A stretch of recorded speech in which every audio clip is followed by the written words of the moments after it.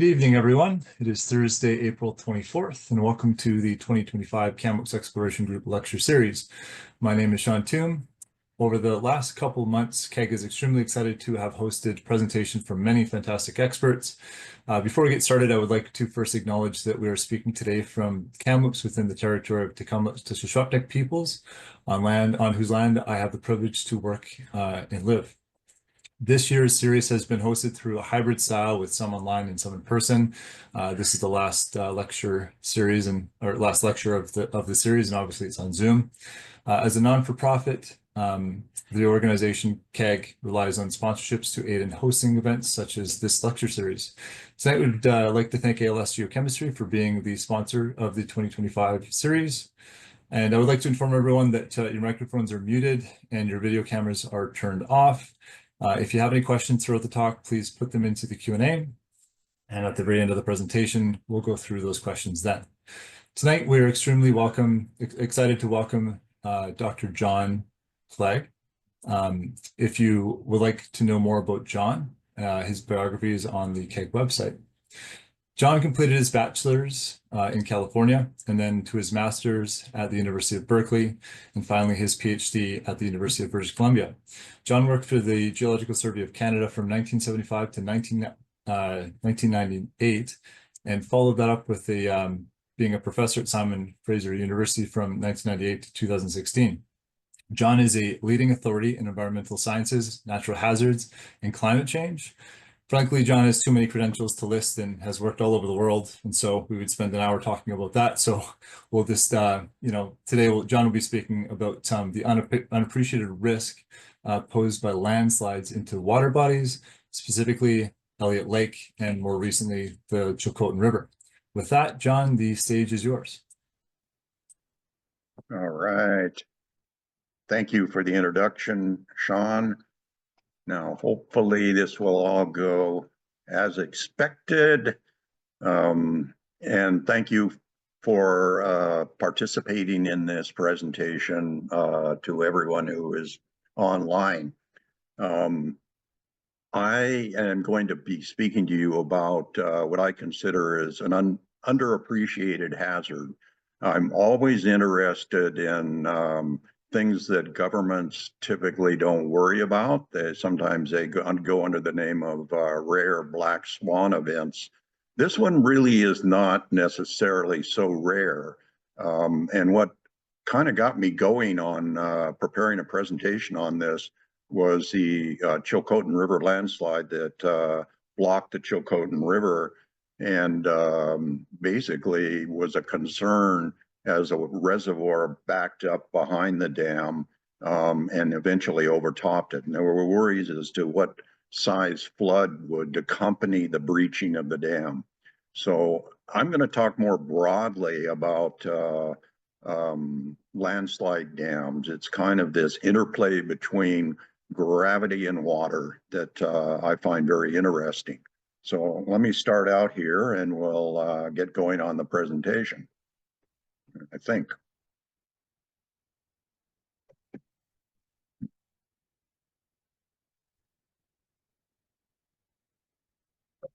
There we go. So, I've always felt blessed in the 50 or so years I've lived in BC to have the wonderful landscape and the wonderful people that inhabit it. In my view, it's as a geologist, it's just a wonderland. We've got it all here. We have mountains, rivers, lakes, glaciers, diverse climates, the most wonderful natural areas, still wildlife. I think we're all pretty fortunate to live in this part of the world. However, and I suppose this is part of what interests me as a natural hazard researcher, we also experience the whole panoply of natural hazards here. Almost everything you can think of, maybe tornadoes, not so much, but we certainly have earthquakes, maybe not so much in the interior where most of the people that are listening to this presentation live, But on the South Coast, we worry a lot about earthquakes, of course, because we live right at a plate boundary. We have some concerns about tsunamis, particularly earthquake-triggered tsunamis. And of course, avalanches. Well, avalanches have in the past caused more fatalities than earthquakes or tsunamis in British Columbia, not so much in other parts of the world, but here, snow avalanches are a big deal, of course. And I think increasingly we're getting concerned about storms, particularly on the coast, because we are seeing it seemingly to me, having lived here 50 years, stronger storms and almost more frequent storms, atmospheric rivers accompanying some of those storms and floods. Of course, we live in a flood-prone part of the world. We got rivers all over the place, and people tend to want to live next to rivers, next to streams, and so they park themselves on what are called floodplains, and they're called floodplains for a very good reason, because all streams and rivers ultimately flood. So you're taking a bit of a risk if you live along a river where the flow of the river is unimpeded during heavy rainfall or snow melt. And pertinent to my presentation, we also live in an area where we get lots of landslides. Not surprising when you look at this digital elevation model of British Columbia and the Yukon. We live in an area where gravity has lots of opportunities to cause rocks and sediment accumulations to fail. And these, of course, can cause a lot of damage. They occasionally will cause injury or fatality. And they also are responsible for this phenomenon I'm going to be talking about, which is the interplay between landslides and water. So, I presume that most of the listeners are pretty familiar with landslides, but I think it's worth, in the context of this discussion about the interplay between landslides and water, to consider different types of landslides. And of course, geologists love to pigeonhole things. So we've got classifications, and you can't totally blame geologists on this, because engineers are also involved in studying these phenomena. So, a simple classification of landslides would put them in about 5 categories. What are called falls, which involve the direct dislodging and collapse of blocks of rock, pretty much falling free face. They do kind of bounce on steep slopes, but they really involve the very rapid downslope gravitational movement of blocks of rock. And topples are just that. They're a form of gravitational collapse where blocks of rock typically will pivot on a kind of a fulcrum at ground level and topple down and create slides or falls that move down slopes. Slides are very common, and these are in particular a group of landslides that are responsible for blocking streams and rivers, as I'll point out. And we refer to them as translational, where the material actually does not rotate as it moves down a slope, and rotational, where there's a curved plane of failure, and a big block typically will rotate along that failure plane. And these typically are fairly fast.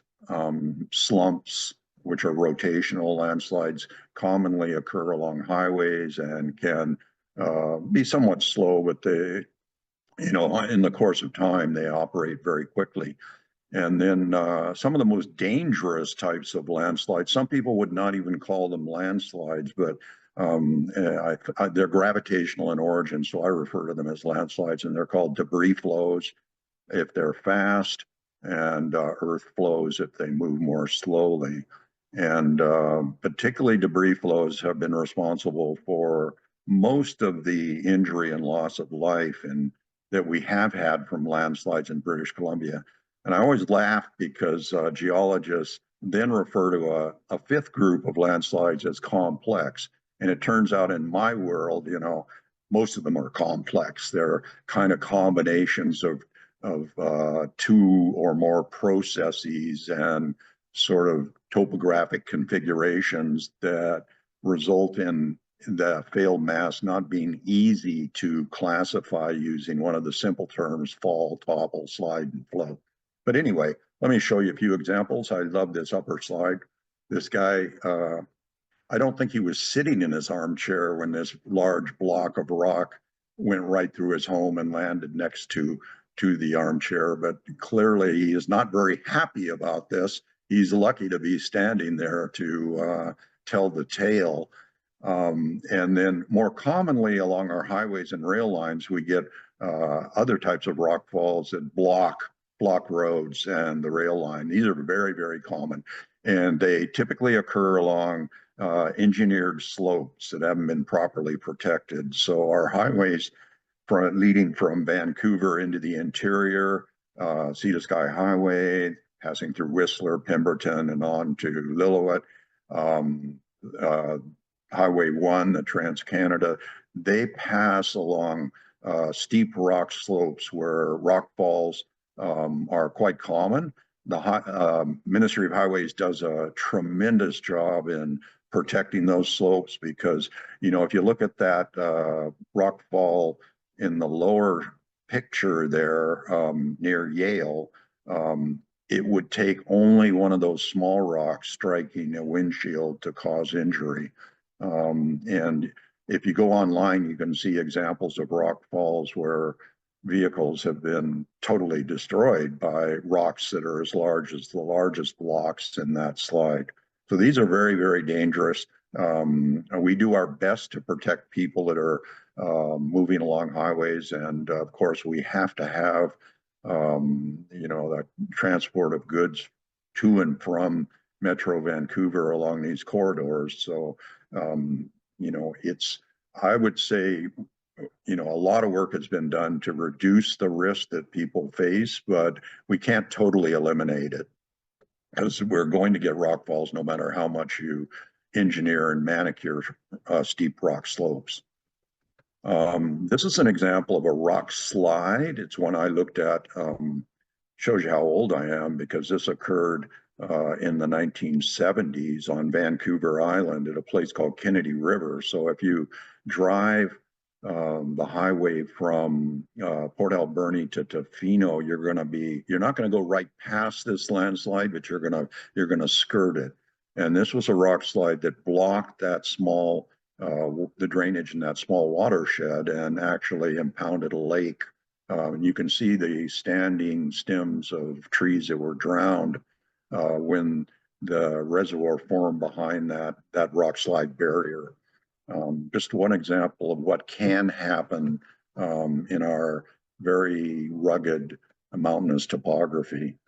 And then I did mention earlier debris flows as being really very bad actors, particularly along the coast, although they can occur in the interior too.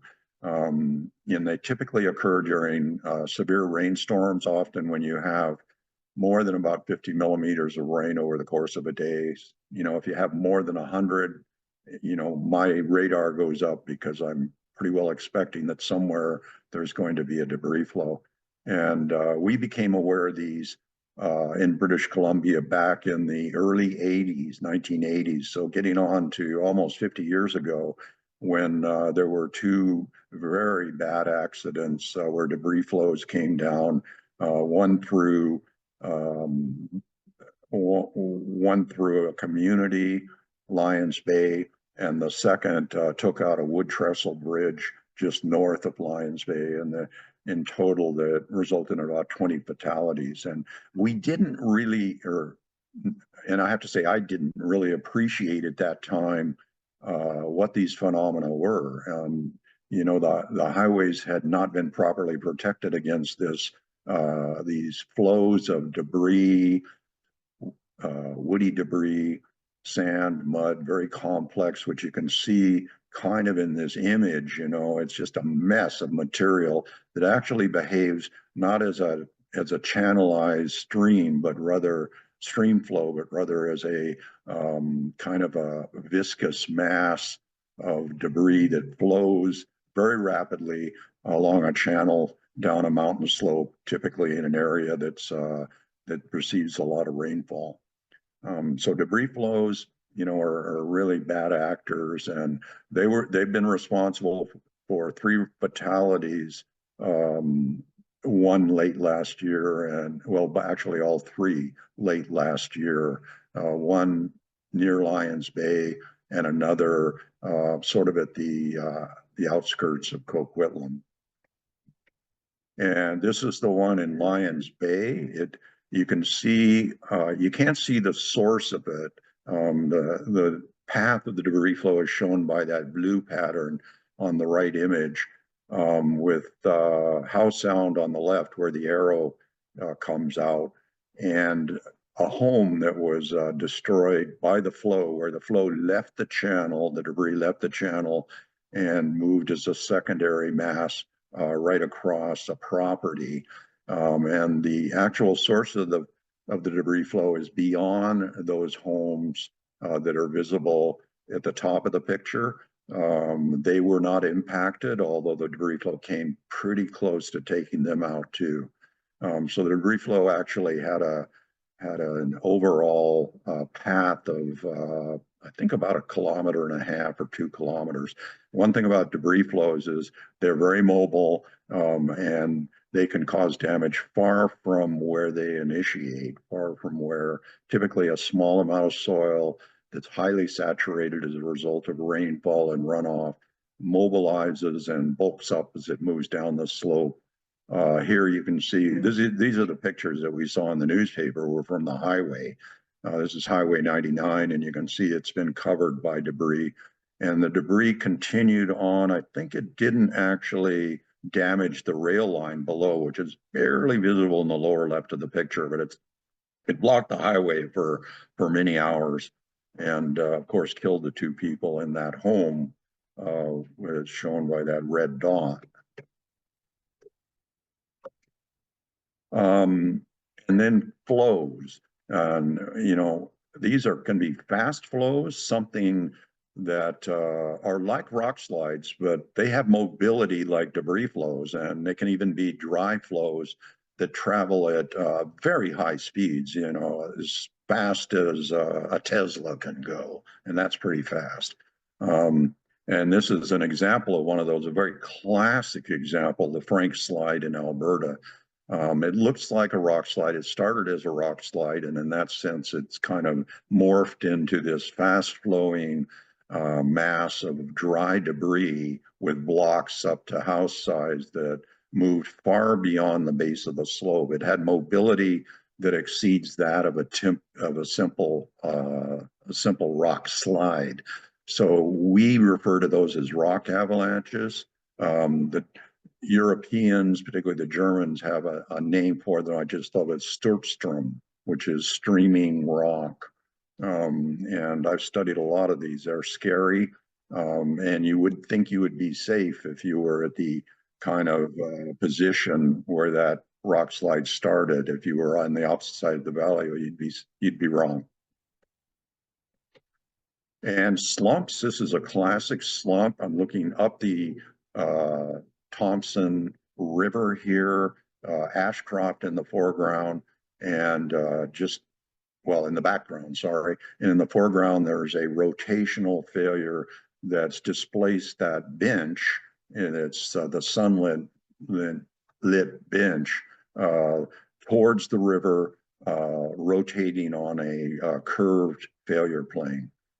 This occurred, I believe, around the end of the 19th century. It's pretty well historic. And I would just, because I like extreme events, I kind of would point out the world's highest dam is not an engineered dam. It is a landslide dam that blocked a river in Tajikistan in 1911. 2 cubic kilometers of rock failed above that label Usoy Dam during an earthquake, a strong earthquake, magnitude, almost a magnitude 8 earthquake, brought down that mountainside and blocked the valley to a height of 560 meters. And so it created a dam behind which the drainage ponded to form this lake, which is now has 16 cubic kilometers, 16 cubic kilometers. That's a lot of water, has that much water in it. There's a photograph of the lake at the bottom. It looks like a natural lake, but it's not natural by any means. It is landslide dam. So after this occurred in 1911 and the water began to back up behind the dam, everybody was in a panic, because there was a concern that the lake would eventually overtop the dam, and it's more than 500 meters deep at the dam, and produce a catastrophic breach that would result in this horrific mega flood that would run down the valley into an area supporting populations of millions of people. Fortunately, it did not do that. And well, I wouldn't recommend going to Tajikistan to see it. It's not the safest place in the world right now, but that dam has resisted failure for what, 100 and I can't even do my arithmetic, 115 years. And it actually doesn't overtop the lake. Water moves through the interstices in the dam and continues on down the valley as normal flow. But this is just a remarkable event. And it is, as I say, the world's largest dam, engineered or otherwise. And this is not engineered. And so I'm moving on now kind of to the topic that interests me, which is this interplay of landslides and water. And this is a pretty neat diagram that my colleague and friend Martin Gertsema of the Ministry of Forests prepared, showing where landslides have blocked rivers and streams mostly in Western North America, because that's where we have a cordillera. That's where we have relief where big landslides can occur. So the yellow-orange dots are in Alaska. The blue dots are in the Western United States, except there are 3 or 4 in Northern Washington. And then all the purple dots are Canadian examples of landslides that have blocked and blocked streams and rivers and impounded water bodies behind them. And I'd just like to kind of talk about some of those briefly. And I'm going to focus in this presentation just on a part of the British Columbia landscape, which is a Fraser River watershed, which you are in Kamloops, of course. Thompson River is a major tributary of the Fraser. And this watershed in total encompasses about 1/4 of the total area of the province. And it's very, very interesting because the Fraser River is a geologically young feature. If you think about it, the Fraser River, as it flows through the Fraser Canyon, particularly the southern part of the Fraser Canyon, looks immature. It shouldn't be there. You shouldn't have a river that big in a valley that's as deeply dissected as it is. And it turns out that it wasn't back in at least probably the Pliocene, when a big chunk of what is now the Fraser River flowed north instead of south. So the kind of area around the Nechako River was part of a east and north flowing watershed, and the Fraser River on the south probably initiated somewhere in the area of Williams Lake. And there was, of course, a river south of Williams Lake that flowed in the Fraser Valley, but it wasn't the Fraser River we know today. It wasn't that big a river. And accordingly, in the past million, maybe 2 million years, we're a little uncertain about the timing. The river reorganized itself and is this very, very large watershed now contributes water in an immature canyon down past Hope and out to the Salish Sea. So it's pretty interesting. And a consequence of that is you've got this big river that's cut essentially a big canyon, a deep canyon with steep bedrock walls on both sides. And in my world, this is a recipe for landslides. You've got very steep rock slopes that border the channel of the Fraser River on both sides, particularly between Yale and Lytton, but also north of Lytton too, all the way up to Quesnel. The river is flowing in a channel that's bordered by very steep slopes. In the southern part, there are rock slopes, and farther north of Lillooet mainly, they are soil slopes. And both, given how steep they are, and bordered by a river that's attacking them from the side, attacking them along their sides, are very vulnerable to landslides. And so this represents, in my mind, a hazard because I would expect to see lots of landslides along this section of the valley. And indeed, we do. My colleague, Jeremy Vendetti at SFU, has been studying the Fraser Canyon in the context of salmon habitat. And he has identified all these spots that are shown by yellow circles between Yale and about, I would say, almost Lillooet, where there's instability in the rock masses bordering the Fraser River. These are typically small instabilities. They're not large failures, but you can see from these images how steep the bedrock walls of the canyon are. And it shouldn't be surprising that we do have these rockfall problems. And my larger concern is more kind of this black swan concept that we could get a very large rock slide or a rock avalanche that would totally block the Fraser River for some significant length of time. I'm going to talk a little bit about those.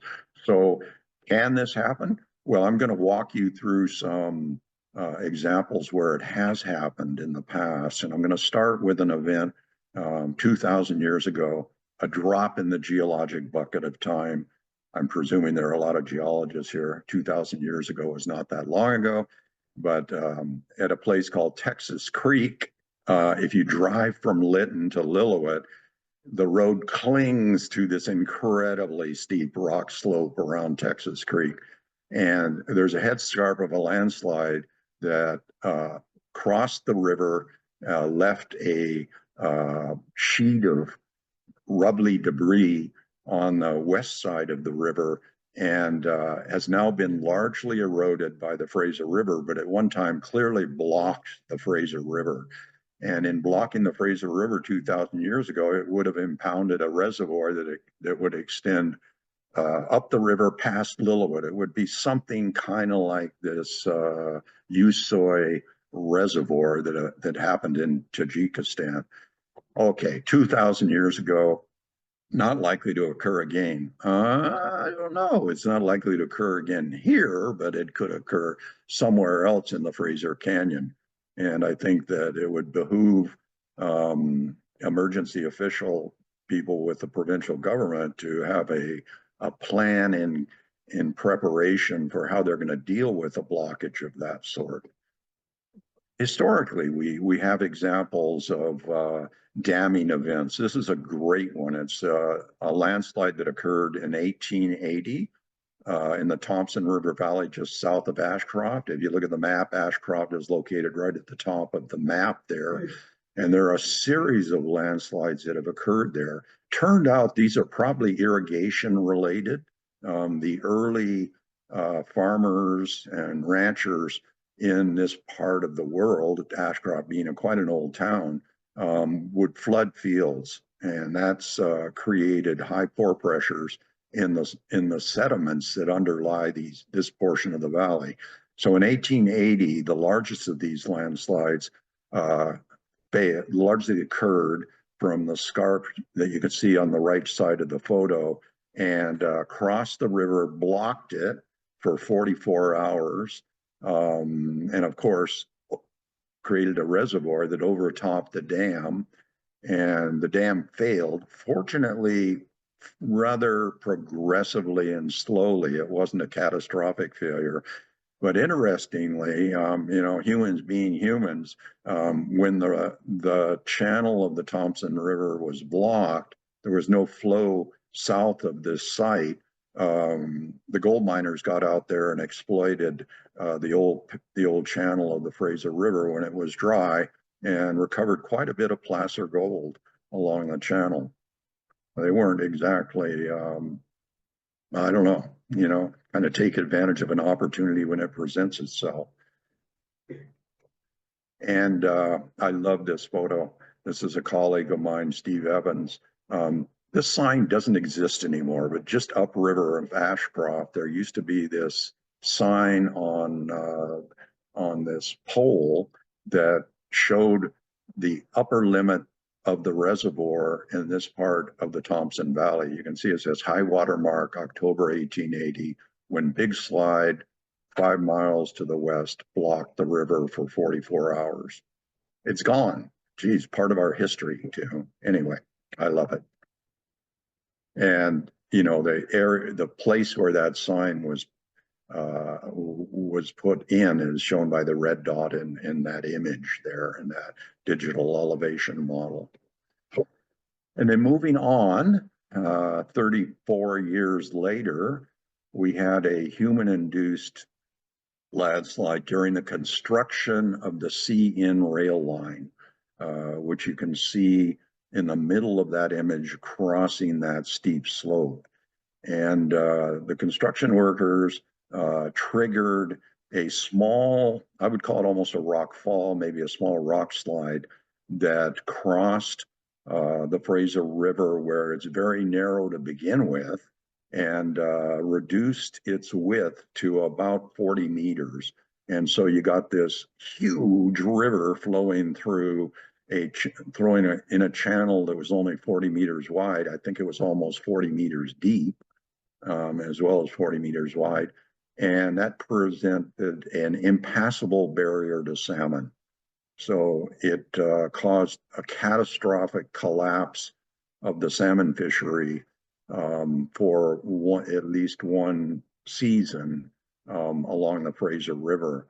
Some people have argued that it was an impact that was felt for decades. I know the people who question that, because salmon, as I'll point out, are very resilient and they can recover even when there's a collapse in a run, such as would have occurred here during the summer and fall of 1914. Human triggered, so that's not a natural landslide that's impacting a river. And this is the picture in the lower right just shows that channel at Hell's Gate shortly after that rock slide occurred. You can see, get the feel for how narrow the channel is. Very deep and very narrow.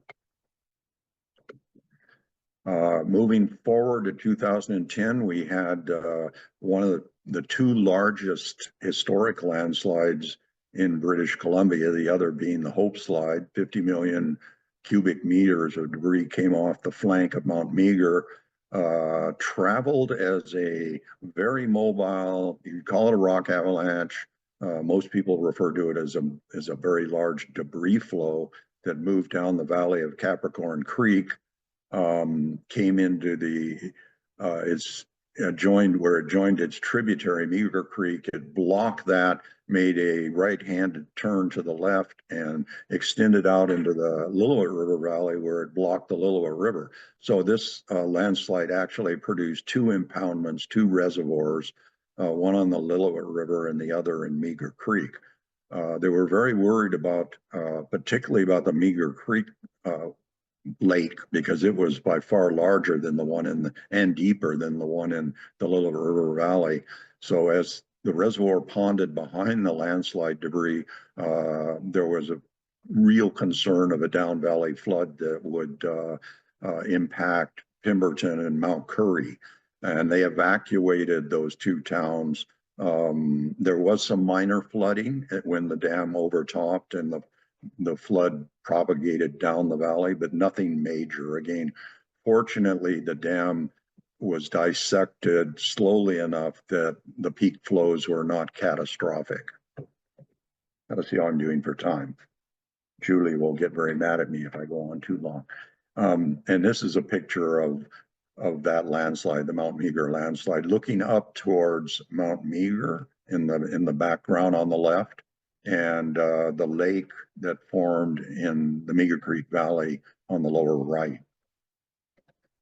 And we have the potential for other landslides. This occurred on one of our volcanoes that last erupted about 2,400 years ago.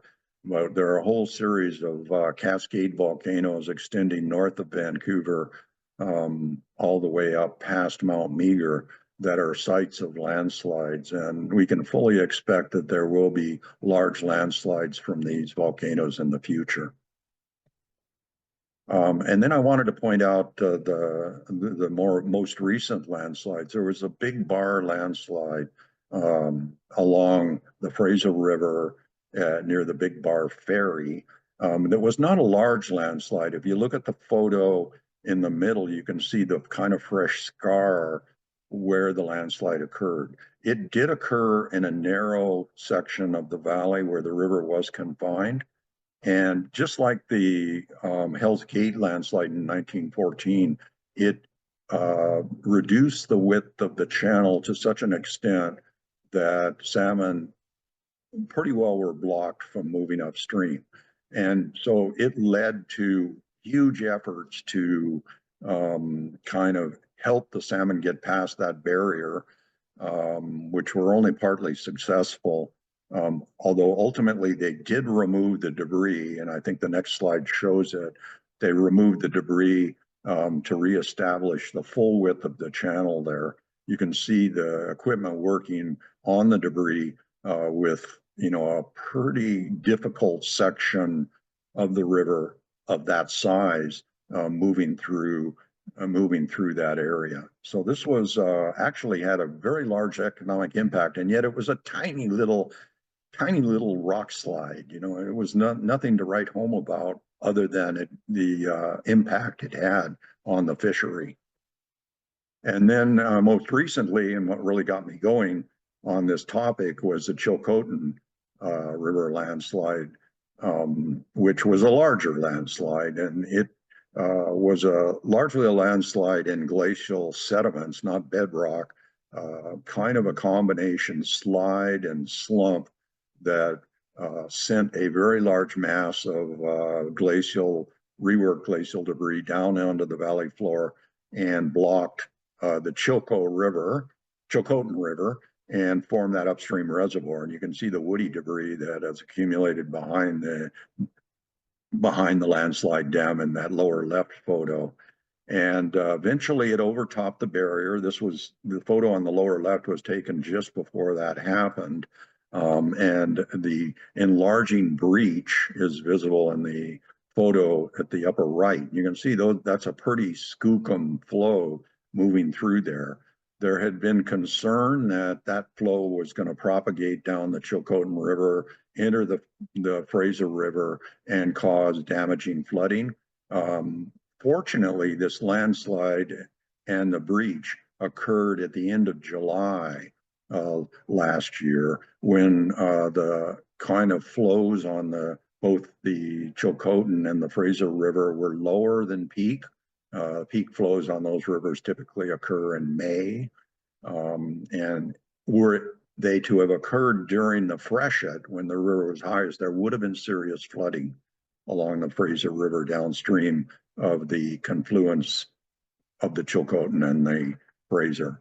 But even so, I took a flight to document the impact of the flood along the Fraser River below the Chilcotin. And this is a photo taken out near Chilliwack along the main channel of the Fraser River shortly after the flood wave moved through this area. And you can see that there was pretty high flows that were capable of sculpting and ornamenting the bars along the Fraser River that far away from, hundreds of kilometers away from the source of the landslide.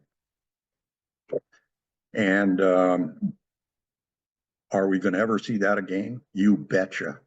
The Chilcotin River is a landslide prone river. This is a section of the Chilcotin River below Farwell Canyon.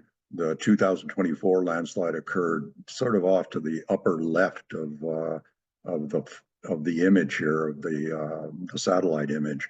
But you get a sense for, again, how steeply bounded the Chilcotin River is through there. There have been a couple of other historic blockages of the Chilcotin River that have not caused damage, but kind of signal that we can expect additional blockages in the future. And I would extend that up along the Fraser River in the middle of the image, where you have similar steep slopes, and the white is all in glacial sediments. A dam that would form on either of those rivers is going to be breached pretty rapidly, but there are no guarantees that you wouldn't get a significant flood if the breach propagated rapidly. So I kind of want to close here. I want to leave the impression that these are not events that we can expect to be very rare. We have some difficulty predicting where they'll happen, but given the steeply bounded walls of many of our rivers, we can expect events like those I've described in the future. And so we need to have plans in place for how to deal with them. And one big concern, there are possible impacts on property and injury to people, but a big concern is what impacts they would have on salmon. And you can think about this. I don't claim to be a biologist, but I've thought a lot about it. It kind of depends on a lot of things. An individual landslide blocking a river. It depends on when the landslide happens and how the dam breaches. So as I kind of alluded, the Chilcotin landslide occurred at a favorable time when the river was past its peak and its level was fairly low on the seasonal cycle. So there was no damaging flood. If it had happened a few months earlier, it would have been a very different story. It also depends upon the size of the landslide. So I showed you some examples of very small rock slides and rock falls that have caused damage to migrating salmon. But of course, a larger one would be proportionally more likely to totally interrupt a run over the course of a year, maybe longer if it's a big enough landslide. So the size of the landslide is a factor. And landslides behave this frequency magnitude concept. They're just like earthquakes. Small earthquakes are super common. Big earthquakes, like the one we're worried about off our coast, are very rare. Small landslides are super common, and huge landslides like the Meager Mountain and the Hope Slide, Frank Slide, are very rare. But very rare in the landslide world doesn't mean you can't get one over the course of a century. And if it happens to block a river, you've got big, big problem. And it also depends on the type of material, the caliber of the rock debris that blocks the river, whether the debris is sediments and therefore more easily eroded than rock debris. That will control whether the dam actually breaches when it overtops, and likely would breach, how fast that breach develops, and therefore how large the peak discharge of the flood is. And it's important to remember from a human perspective that these reservoirs can occur in populated river corridors. So there's the issue of upstream flooding. You get a reservoir that basically ponds to a level where a community is flooded or part of a community is flooded. And then we really worry about if the dam breaches, if it breaches, how large the peak discharge would be. And we can model that to some extent, but these dams are very idiosyncratic, and it's kind of be troublesome to underestimate the peak discharges during a breach. So you've got, in essence, a threat to people, property, transportation corridors, both upstream and downstream of the landslide that's blocking a stream. And then, as I mentioned, there are barriers to salmon that are returning to spawn. And well, I kind of thought a little bit about this. I mean, we've had these blockages and breaches constantly through post-glacial time, through more than 10,000 years. And the salmon, at least before colonization, seemed to come back. They had record runs kind of early into post-colonization time. So they're resilient. They will return, and they will, on an annual or two centennial scale, they'll pass through these breaches if they've been prevented by the nature of the dam over a period of decades. Once they can, they'll get through and they'll reestablish their spawning runs in the upper parts of watersheds.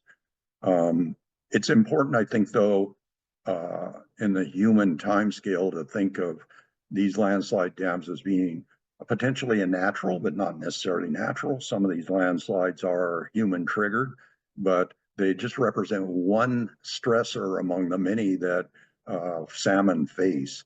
I'm just amazed by these animals, in spite of overfishing, pollution, climate change, wildfires, channel and floodplain modification. The buggers just keep coming back and asking for more. They're remarkable animals. We all ought to prize them and do our best to preserve salmon runs. So I kind of tried to capture this, showing over time, over a long period of time, extending from the pre-colonization period, although humans have been here, along and taking advantage of this resource for certainly well over 10,000 years, as to what these landslides might have done to salmon runs. And typically, there's been probably a lot of variability in runs due to natural events, climate, drought, low river levels. But landslides are one of them that have kind of imposed a short-term barrier on salmon populations. And we have no idea what the history of that is. I just think from my sort of scrutiny of landslide dams on rivers in BC that they're quite common. But salmon pop right back and then, return to some sort of equilibrium state that's controlled by natural phenomena until we colonized the area. And then we have sent the runs downhill. We put all these human-induced barriers on salmon that have reduced the size of the runs and pose a real threat for the salmon fishery, certainly in BC in the future, climate change being one of the big drivers. And superimposed on that, you still have these landslides. And if we have a large landslide, that could be kind of one that sends populations over a threshold whereby they don't fully recover because the size of the runs now are reduced under normal conditions. So I'm going to stop there and turn it back over to Sean, and happy to field any comments if we still have time. Yeah, John, thank you very much for that. We do have some time left. So we've got about 10 minutes left for some questions. I don't see any questions in there now, so folks are going to make me work for it tonight. But I do have lots of questions for you, John. Interesting topics. Thanks again for presenting. One of the first things I think about when we talked, the last couple of things you said was these things are going to happen. They're going to keep happening. We have to find ways to deal with them. So how do you deal with them? And I guess two questions. How are the authorities currently dealing with them? And then how would you go about dealing with them if you had the choice? Uh, we've seen, well, I'm just aware of these two instances where we have had potential threats to people. One was the Mount Meager landslide in 2010, and the provincial government reacted. They responded fairly quickly. They sent in geotechnical engineers to inspect the dam on Meager Creek to try and get a handle on how that lake was going to rise and then overtop the barrier. And they were sufficiently concerned that there could be a flood, downstream flood that impacted Mount Currie and Pemberton, that they called for the evacuation of the town, which actually was partly well received and partly wasn't. The mayor of Pemberton refused to evacuate, for example. But they did the right thing. It turned out, as I said, that there was no serious flooding, but there could have been, and we're not, these models that have been developed are not sufficiently precise by any means that we can be sure what the peak of the flood is going to be when a dam breaches. And then the Chilcotin landslide was similar. It occurred, and then the provincial government, they reacted by basic. There weren't too many people that were threatened in the Chilcotin Valley. There were some ranchers and that could have been impacted if the flood was of a sufficient size, but it actually is pretty sparsely populated. They were more worried about what would happen when the flood wave passed down the Fraser River, because there are parts of the downriver communities, particularly in Lillooet, that could be flooded and would have been flooded if the landslide had occurred when the river was higher, but didn't. But came close to being flooded. So, there was kind of an advisory to people and an evacuation, I think, or, not so much an evacuation because there were so few people, but basically an off limits in the lower Chilcotin Valley. People were not allowed in there other than professionals who were trying to deal with the situation, and the indigenous community, which has had a lot of experience with landslides on the Chilcotin River.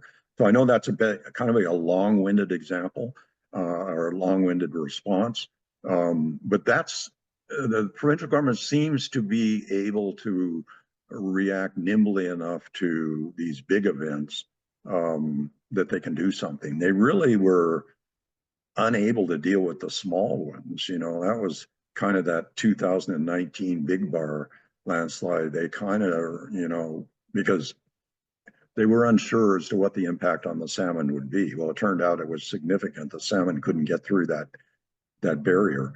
And they came up with all sorts of schemes. Like they were considering, for example, using a cannon to shoot salmon through the barrier. I thought, are you kidding? You ever seen a traumatized salmon? What it'll do? And it took them a long time to react, to clear the debris, and it did have, I think, an impact. Most of the salmon populations that kind of use the big tributaries on the Fraser, like the Chilcotin, are above that little barrier there, and so it did have a pretty big impact on the return of salmon in late 2024. This year, the barrier had been reduced enough that it's not a problem any longer. It's what I would worry about is they don't have a plan for a really big one. If there was a big rock slide of the size of the Hope Slide between, say, for the sake of argument, between Lytton and Hope, where you have the possibility of that happening, I don't think they would know what to do, because a river impounding or rising behind a barrier that's say tens of meters high and eventually is going to overtop requires a really rapid, nimble response. What are you going to do? Are you going to try and engineer the dam so that when it does overtop, it doesn't breach? Are you going to evacuate people in Hope and Chilliwack, for example? I don't think they've thought about that. I could be wrong, but I don't think anybody in emergency management in BC has thought about that as a possibility. It would be a rare event, but in my world, not super rare. You know, I could see it happening.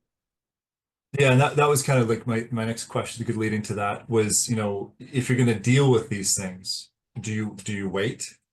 Do you Uh, deal with it, and what do you do? Or do you yeah, stabilize it geotechnically, and to what point? And so what are the kind of parameters of decision making that yeah. policymakers would Well, do to do that, and that's a why? very good question, and I kind of just reacted to the response when it does happen.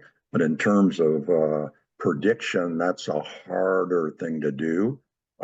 We are coming up with some tools that may allow us to identify hotspots along the river where there could be a failure, and I'm thinking here of satellite remote sensing.